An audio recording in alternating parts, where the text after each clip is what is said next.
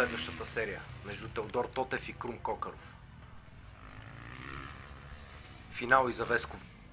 Той отпада, това е край за него в днешното състезание.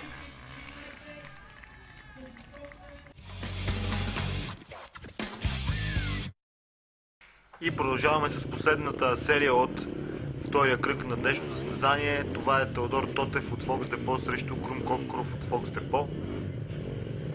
Крум Кокаров е участника с най-много стартове за днешния ден. Той спечели последния шанс и се класира в този финален етап на втория кръг. Той ще се опита да победи Теодор Тотев и да продължи към кръг номер 3. Да видим сега неговата позиция отвътре на завода, дали ще му помогне да спечели тази серия. Победителят от тази серия отива на полуфинал срещу Николай Йовчев.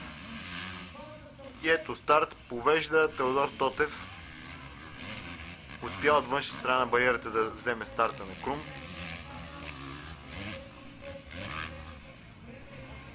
Двамата съотборници са доста бързи в началния етап на състезанието.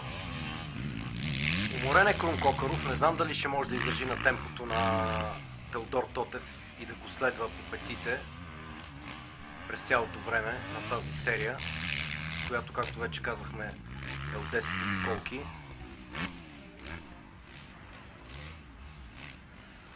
И ето, отвориме малка дистанция Теодор.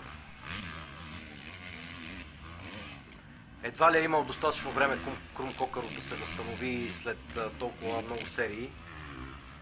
Без почивка една след друга. В тази жега, Веско, не искам да съм на негово място.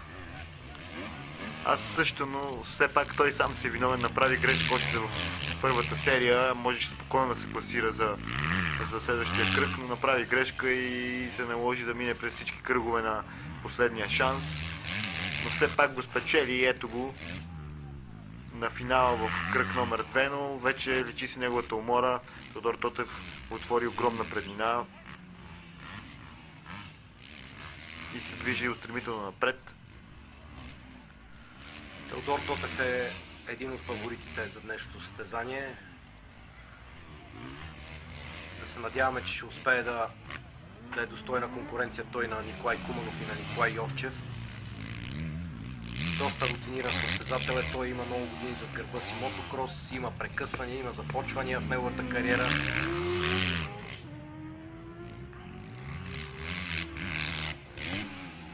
Ето